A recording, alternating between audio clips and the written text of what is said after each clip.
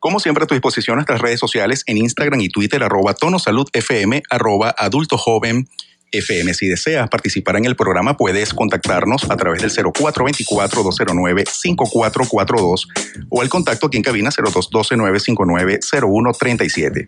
Hoy vamos a conversar sobre olvidos, pérdida de memoria y demencia, así que nos acompaña la doctora María Patricia Herrera. Doctora, buenos días y gracias por acompañarnos. Hola Edwin, muchísimas gracias a ti por la invitación. Buenos días a toda tu audiencia. Siempre un gusto compartir contigo conocimientos acá. Seguro, gracias. Doctora, un tema interesante, pero de alguna manera una cosa se parece a la otra. Puede ser como cuando la persona tiene algún duelo y dice, estoy deprimido. No, usted tiene un duelo, sí. No tiene depresión.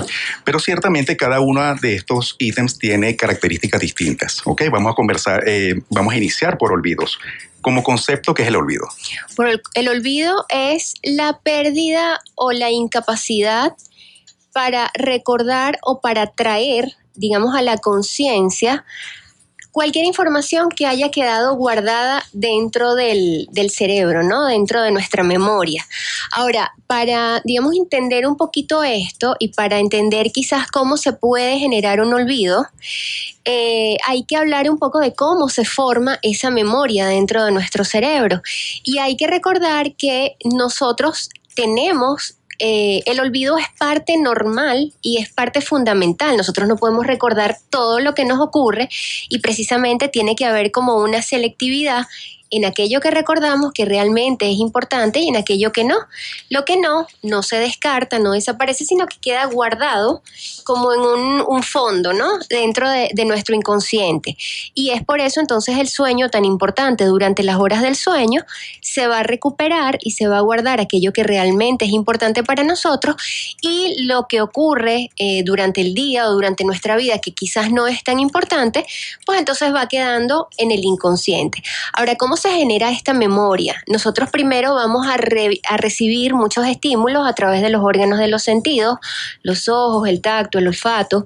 Eso es lo que se llama el registro de la información. Nosotros primero recibimos los estímulos y es importante aquí destacar que mientras más atención le demos a esos estímulos, si yo, por ejemplo, estoy tomándome un vaso de café, pero no solamente estoy probándome el café, sino que lo estoy oliendo, estoy sintiendo la temperatura, mientras más estímulos yo le coloque a esa información, va a ser mucho más fácil recordar. No es lo mismo, por ejemplo, ir a la playa cualquier día de la semana en condiciones normales o ir a la playa con una persona que te guste. Por supuesto que el momento en el que tú estás o en el que asocias una información con otra información, en ese momento estás asociando ir a la playa con alguien que te gusta, lo vas a recordar mucho más fácil. Luego tenemos entonces la capacidad o el periodo de almacenamiento en el que entonces se produce toda esa selectividad, ¿no? La información que te sirve, la información que no te sirve. Por ejemplo, y voy a dar una anécdota personal. Yo fui al centro de Caracas hace como 3 meses y yo estacioné el carro en la calle. Por supuesto que ya ahorita el tema de los remolques, de las grúas, lo que a mí no me había pasado en años, que yo voy mucho para el centro, allá trabaja mi papá, hace 3 meses me remolcaron el carro. Entonces, claro, yo salgo de la tienda, yo no sabía que me habían remolcado el carro, porque además tú lo primero que piensas en ese momento es, me robaron el carro. Entonces, asocié el miedo de la sensación de que me robaron el carro con el estacionar fuera, y ya en este punto ya no, o sea, no existe la posibilidad de que yo estacione el carro en la calle, porque ya asocié ese estímulo, o sea, el no ver el carro con el miedo que sentí. Entonces, mientras más asociaciones puedan existir a un estímulo, mucho más fácil es recordarlo. Y por último tenemos la fase de recuperación, en la que entonces nosotros vamos a ser capaces de evocar, no solamente voluntariamente, es decir, yo quiero acordarme el nombre de alguien, sino involuntariamente. Cuando alguien, por ejemplo, me dice, vente para mi casa y no hay estacionamiento, yo inconscientemente, involuntariamente recuerdo ese momento y le digo, oye, no, o me voy en taxi o me vienes a buscar, pero no voy a estacionar. Y aquí es importante, digamos, mencionar todo esto, porque cuando nosotros prestamos atención a una eventualidad o alguna situación que estamos viviendo, por supuesto que mientras más atención le prestamos a ese suceso, también entonces va a influir en en la facilidad para recordar el evento. Y aquí es donde puede ocurrir el olvido. ¿Qué ocurre, por ejemplo, si yo me levanto en las mañanas y lo primero que hago es buscar el teléfono? Me estoy llenando de estímulos. En vez de enfocarme, por ejemplo, en encender la cafetera o encender el tanque de agua para meterme a bañar y enfocarme en el momento, estoy encendiendo la cafetera y estoy revisando el teléfono. Me tomo el café rápido porque entonces tengo que atender una llamada, salgo y cuando llego a mi lugar de trabajo, no es, digamos, infrecuente no acordarnos si yo realmente apagué la cafetera o no, porque no nos estamos enfocando. Entonces, o sea, tuviste muchos distractores antes de llegar a lo que tenías que hacer realmente. Correcto, muchos estímulos externos. Y aquí es bien importante entonces el olvido, porque mientras más distraída y mientras menos enfocada, mientras menos atención yo preste a los estímulos, así también, entonces, mientras más asociaciones yo pueda hacer a la situación que estoy viviendo en el momento, es más fácil recordar. Y por el contrario, mientras más distractores, mientras menos enfoque y menos atención, es cuando ocurre entonces el olvido más fácilmente. Muy bien, para el próximo segmento vamos a conversar sobre, por supuesto, cuáles son las causas o las posibles causas del olvido. Y un término que utilizaste en una de tus publicaciones es niebla mental, que posiblemente sea igual a laguna mental, ¿no? Eso lo vamos a conversar en el próximo segmento, 8:28 de la mañana. Estamos conversando con la doctora María Patricia Herrera. Ella es médico internista con diplomado en gerontología y geriatría. Y 38 de la mañana, hoy estamos conversando sobre olvidos, pérdida de memoria y demencia. Nos acompaña la doctora María Patricia Herrera. Doctora, seguimos con olvidos. ¿Cuáles pueden ser las causas actuales de los olvidos? Bueno, de acuerdo a lo que estábamos conversando, definitivamente el ritmo de vida que estamos llevando en este momento, sumidos en el estrés, sumidos en muchísimos estímulos, en el televisor, las redes sociales, el teléfono, todo eso hace que no enfoquemos nuestra atención en una determinada actividad y que los olvidos puedan llegar a ser mucho más frecuentes. De hecho, a mi consulta han llegado muchas personas jóvenes, 30, 40, 50 años, diciéndome, doctora, estoy preocupado porque se me están olvidando mucho las cosas. Yo creo que tengo un problema de demencia. O sea, ya te hablan de términos y todo y tú dices, vamos a revisar qué es lo que estás haciendo durante el día, cuáles son las actividades que estás haciendo, y cuando uno entonces se da cuenta de las actividades que realizas y de la forma en la que realizas esas actividades, pues te das cuenta de todos los factores de riesgo. Además de esto, por supuesto, algunos hábitos, por ejemplo, como el sueño, el trasnocharse, el tener insomnio, el no descansar a una hora apropiada. Recordemos el ciclo vigilia-sueño, recordemos que cuando nos acostamos muy tarde y nos despertamos no con la luz, sino ya mucho más tarde, lo que es nuestro reloj, nuestro ritmo circadiano se altera, se genera una desregulación de nuestras hormonas y eso nos eleva el cortisol. Al elevarnos el cortisol, disminuye nuestra memoria, disminuye nuestra concentración y por supuesto que es muchísimo más fácil entonces generarnos olvido. Y pues por supuesto la alimentación, por ejemplo, la deficiencia en la vitamina B, que es muy propia de esta alimentación actual, de mucha comida rápida, de realmente no sentarnos a preparar una buena ensalada, vegetales, comida natural, no procesada, la deshidratación y en el caso ya un poco más severo, pues algunas enfermedades que pueden cursar con aterosclerosis, con disminución de la vascularidad arterial cerebral, que por supuesto entonces nos puede hacer más predispuestos a generarnos olvidos o pérdidas de memoria. Muy bien. Seguimos con olvidos. ¿Qué se conoce, doctora, como niebla mental? Bueno, la niebla mental ya es un deterioro cognitivo. Puede ser transitorio, en algunas personas quizás dura mucho más tiempo, pero está normalmente asociado a periodos de mucho estrés crónico y de inflamación crónica. Y recordemos que el estrés crónico en nuestro cuerpo no es solamente asociado a un problema psicológico, sino que también el estrés puede ser lo que ya mencionamos, el mal dormir, el mal alimentarnos, permanecer deshidratados, hábitos poco saludables como por ejemplo el cigarrillo o el alcohol y por supuesto, además de los factores estresores psicológicos, las enfermedades. Y es por eso que se asoció mucho ahorita a la pandemia, pero realmente la niebla mental no es un tema exclusivo de la COVID-19. Cualquier enfermedad que genere inflamación crónica, como el caso de la COVID, puede detonar una niebla mental. ¿Y por qué se produce este deterioro cognitivo que es la niebla mental? Precisamente porque se inflaman las membranas, se inflama todo nuestro cuerpo. Recordemos que cuando nosotros nos damos un golpe, por ejemplo en el brazo, se genera una activación de las células inmunes, llegan a la zona y por eso es que se produce un aumento de volumen, lo que llamamos el hematoma o en términos coloquiales el chichón, porque hay un aumento de sangre, hay un aumento de células inmunitarias precisamente para disminuir esa lesión. Es lo que llamamos inflamación.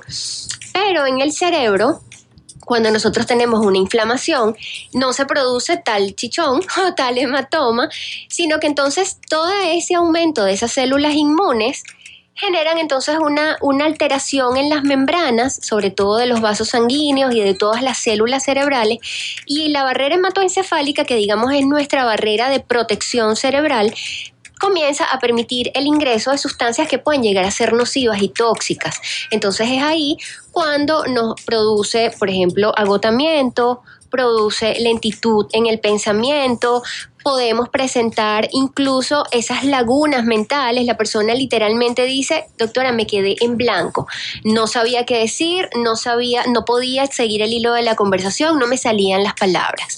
Y así como estos, también se puede presentar como las personas comienzan a tener como un cansancio, una fatiga crónica. Entonces vemos cómo no está solamente asociado ahorita a esta enfermedad que está cursando, sino a cualquier proceso inflamatorio crónico. Incluso se ha hablado mucho de las disbiosis intestinales, como la alteración de toda la microbiota intestinal puede realmente afectarnos a tal punto de generarnos niebla mental, y digamos que el síntoma cardinal o el que más preocupa es esa pérdida de la memoria, pero hay muchísimos síntomas y signos que pueden englobarse en la entidad. Doctora, por el día a día que tenemos, el tipo de trabajo, las ocupaciones, hacemos todo eso. Nos levantamos, vemos el teléfono, vemos una serie de cosas que a veces son inevitables hacerlas, ¿no? Y a mí me ha pasado, yo tenía olvidos. Cuidado si no todos los días, ¿no? Entonces, ¿cuándo se considera, aunque puede ser algo normal, cuándo se considera que es algo pasajero, algo leve, algo serio, que necesitamos ya en ese momento ayuda? ¿Cuáles serían los alertas? Bueno, lo leve es simplemente cuando algo ocurre, cuando te estás dando cuenta, por ejemplo, que estás perdiendo información, que no estás recordando lo que comentamos al principio, que no eres capaz de traerte esa información, pero luego te acuerdas, dices: oye, se me olvidó apagar la cafetera o se me olvidó apagar el tanque de agua y lo dejé encendido. Entonces eso te puede ocurrir y luego te acuerdas, ¿sí? O sea, tú recuerdas que se te olvidó apagar la cafetera. Ahora, cuando comienzas a presentar, digamos, una severidad o cuando comienza a ser un problema más complicado, normalmente cuando esto ocurre, las personas se dan cuenta, pero los que más se dan cuenta cuando comienza a ocurrir un deterioro un poco más severo son los familiares.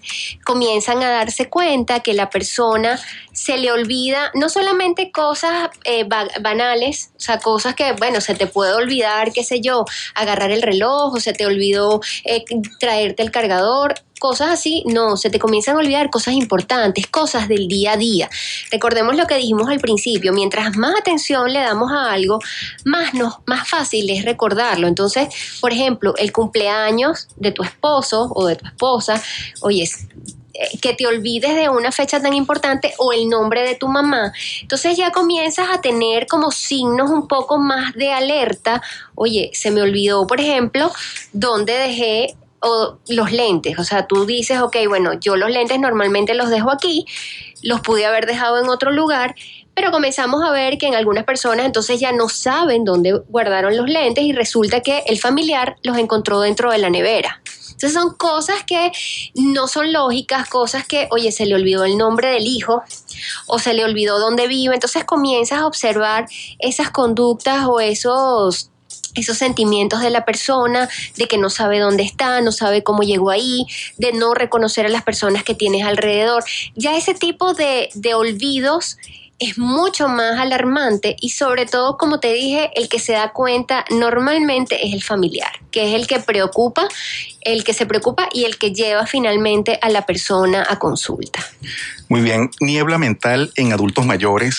¿Es lo mismo a una niebla mental en personas más jóvenes? ¿Cómo debe ser esta evaluación para un buen diagnóstico? Bueno, normalmente en el adulto mayor se involucran muchísimos tópicos a una evaluación. No es, digamos, la evaluación física y la evaluación del interrogatorio normal a una persona más joven, porque en el adulto mayor se incluye una evaluación geriátrica integral.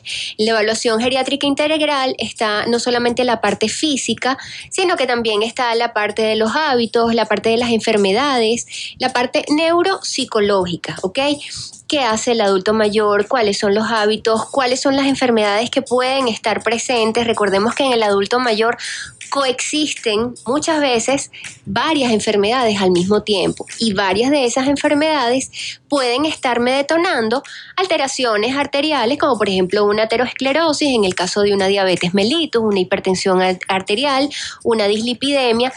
El adulto mayor normalmente tiene una polimedicación, muchos de estos medicamentos inductores del sueño, muchos de estos medicamentos también pueden ser neuromoduladores en los casos de dolores crónicos como la pregabalina, la gabapentina, y todos estos medicamentos pueden tener una disminución en la memoria. Entonces, claro, no es solamente ya, digamos, el factor estresor o la falta de atención, sino que pueden estar involucrados en esta pérdida de la memoria, transitoria o no, muchos otros factores que son indispensables evaluar en el momento de evaluar un adulto mayor.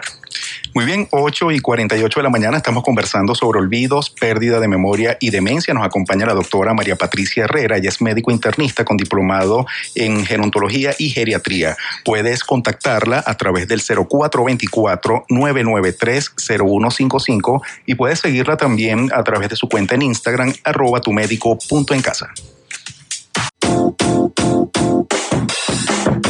Como siempre, a tu disposición nuestras redes sociales en Instagram y Twitter, @tonosaludfm, @adultojovenfm. Si deseas participar en el programa, puedes contactarnos a través del 0424-209-5442 o al contacto aquí en cabina 0212-959-0137. Estamos conversando sobre olvidos, pérdida de memoria y demencia con la doctora María Patricia Herrera. Doctora, para finalizar el tema de olvidos, niebla mental post-COVID, ¿a qué se debe, cómo pasa y cómo es todo este proceso? Partiendo de lo que comentamos la vez anterior, la niebla mental no es exclusiva de la COVID, es exclusiva de cualquier proceso de enfermedad crónica, una enfermedad severa, de cualquier proceso inflamatorio crónico y de cualquier estrés crónico que nos estemos, digamos, sometiendo. En el caso particular de la COVID, ¿qué ocurre? En la COVID es una enfermedad inflamatoria. Se inflaman los vasos sanguíneos, se inflaman los nervios, se inflaman los músculos y la membrana cerebral no escapa a esta inflamación. Asociado a esto, todo lo que ocurre inmerso en la enfermedad, por ejemplo, el uso de medicamentos que te pueden estresar mucho, como por ejemplo el uso de esteroides, que fue bien frecuente, sobre todo con las primeras variantes, las más severas. Todo va uniendo como una cantidad de factores estresores en el cuerpo, más la inflamación. ¿Y qué ocurre entonces? Se aumenta la permeabilidad de toda la membrana cerebral, de la barrera hematoencefálica, que como ya mencioné, es una barrera que nos recubre y que nos protege la parte cerebral. Aunado a esto, entonces, se produce el cambio en el endotelio de los vasos sanguíneos, disminuye la circulación. Recordemos también que en la COVID hubo muchos pacientes que sufrieron de saturación o hipoxia. Entonces, todos estos factores, más la deshidratación propia de la enfermedad, son situaciones que estresan mucho al organismo. Cuando se estresa el organismo, se dispara una hormona en específico, que es la hormona, digamos, de alarma o de alerta o de miedo, que es la hormona del cortisol, llamada hormona del estrés. Yo voy a poner un ejemplo. Supongamos que estamos acá reunidos y abren la puerta y nos traen un perro, un pitbull, que está amarrado, rabioso, un perro bravo, y se le suelta la cadena. Entonces, en este momento, a mí no me interesa ponerme a pensar o ponerme a recordar que yo tenía un perrito y que él no era bravo, o ponerme a analizar si es que el perro lo que quiere es jugar. No, en ese momento yo quiero correr. O sea, yo corro y me imagino que ustedes también. Nosotros corremos y después pensamos y analizamos. No, el perro lo que quería era jugar. Entonces, en las situaciones de estrés ocurre lo mismo. Ocurre el que el cuerpo se prepare para correr, para una emergencia. ¿Dónde necesitamos sangre? ¿Dónde necesitamos primero? En los músculos, porque nos preparamos para correr, y luego en la atención. O sea, yo necesito enfocar mi atención en el perro. ¿Por qué? Porque yo necesito ver hacia dónde corro para que él no me ataque. La memoria, el razonamiento, digamos, la concentración se pierde. Eso pasa a un segundo plano. Exactamente. Entonces, lo que ocurre es que cuando estamos en un periodo post-COVID, todo ese proceso de estrés se acumula el cortisol y por supuesto entonces genera una disminución de todas esas funciones cognitivas, disminución de la memoria, esas lagunas mentales, esos olvidos frecuentes, ese cansancio crónico. ¿Quién no después, por ejemplo, no solo de la COVID, después de un dengue hemorrágico que se caen las plaquetas y que te cansas muchísimo, presenta un periodo de una fatiga crónica? Yo, por ejemplo, tuve una paciente de 99 años, tuvo una infección respiratoria, no fue COVID, pero la paciente necesitó el uso de esteroides porque hacía broncoespasmos. Ella fue tratada como una crisis asmática, además de la infección. Entonces fue esteroides, fue antibiótico, nebulizaciones, y ella comenzó a tener no solamente olvidos, pérdida de la memoria, sino que también comenzó a presentar ideas de persecución. Entonces resulta que yo iba para la casa porque yo la estaba interrogando para robarla, o sea, una cantidad de ideas psicóticas. Entonces, claro, los familiares muy angustiados y apenados por la actitud de la paciente conmigo, pero claro, uno tiene que entender que no solamente el estrés producido por la enfermedad, el estrés orgánico, no estrés psicológico, el estrés orgánico, sino además el uso de los medicamentos te pueden detonar todas estas actitudes y todas estas conductas que pueden estar relacionados a estas entidades que se describen sobre todo en la COVID por lo severo que fue todo el cuadro. Muy bien, doctora. Aquí tenemos varias preguntas a través del 0424-209-5442. Esta persona nos escribe: doctora, estuve 3 días estudiando día y noche para una presentación. Me lo sabía todo y el día de la presentación estaba un poco nervioso, pero me sabía todo, así tal cual nos coloca esta persona. Cuando comencé a hablar se me olvidó todo, la cabeza la tenía en blanco. Ahora tengo estrés que me vuelva a ocurrir esto. Soy un ejecutivo de 35 años. ¿Cuál es el consejo para esta persona? Bueno, fíjate, aquí pasaron muchas cosas. Primero, las horas de falta de sueño. Eso ya eleva los niveles de estrés. El recibir mucha información, probablemente estás estudiando, pero en el momento en el que tenía que hacer la presentación, el nivel de estrés fue tal que lo mismo del perro. O sea, en ese momento mi capacidad de memoria, mi capacidad de concentración pasa a un segundo plano, porque en ese momento de la presentación, su cuerpo, aunque su mente no lo considere así, su cuerpo está reaccionando frente a un estímulo que, de acuerdo a los niveles de cortisol que probablemente él tenía en sangre, era una emergencia, era una situación de estrés, de que tienes que salir corriendo. Y entonces volvemos al ejemplo del perro. En el ejemplo del perro, a mí no me interesa recordar nada, a mí no me interesa concentrarme, a mí no me interesa nada, tener memoria, sino que lo necesario es salir corriendo. Entonces en ese momento probablemente él lo que quería era hacer la presentación, pero inconscientemente lo que él quería era salir corriendo porque era una situación de estrés. Y aquí entonces tenemos que recordar que la mente no distingue lo que está ocurriendo en el momento a lo que está pensando. O sea, nosotros podemos ver una película y aunque nosotros sabemos que es una película, nosotros nos podemos estresar sintiendo y viendo la película. O sea, ¿quién no lloró, por ejemplo, con la película, no sé, Marley y yo? Una persona que tenga mascotas lloró con esa película, o de repente las mujeres que somos más románticas con Titanic. Y sabemos que es una película, pero es inevitable. O sea, las respuestas que genera un pensamiento o el mismo estrés son independientes del cuerpo, o sea, se generan a nivel del cuerpo y eso es inevitable, o sea, eso no lo puedes, digamos, disminuir. Ahora, ¿cuál es el consejo? Hay muchas terapias, digamos, la respiración consciente. Nosotros normalmente cuando estamos en un periodo de estrés o de una situación muy, muy angustiante o de muchos nervios, estamos respirando mal. Estamos haciendo entonces que no llegue suficiente cantidad de oxígeno al cuerpo. Mientras más cantidad de oxígeno nosotros seamos capaces de ingresar a través de la respiración, todas las células se van a relajar, ¿ok? Y entonces en ese punto la respiración consciente, el comenzar a hacer respiración, porque nosotros respiramos y no somos conscientes de que estamos respirando, o sea, eso es algo automático, pero hacer la respiración consciente nos ayuda mucho en esos periodos de nervios, de angustia, de estrés, a relajarnos. Y eso es bien estudiado y se ha visto la evidencia en los pacientes que sufren de ansiedad, que tienen esas crisis de ansiedad.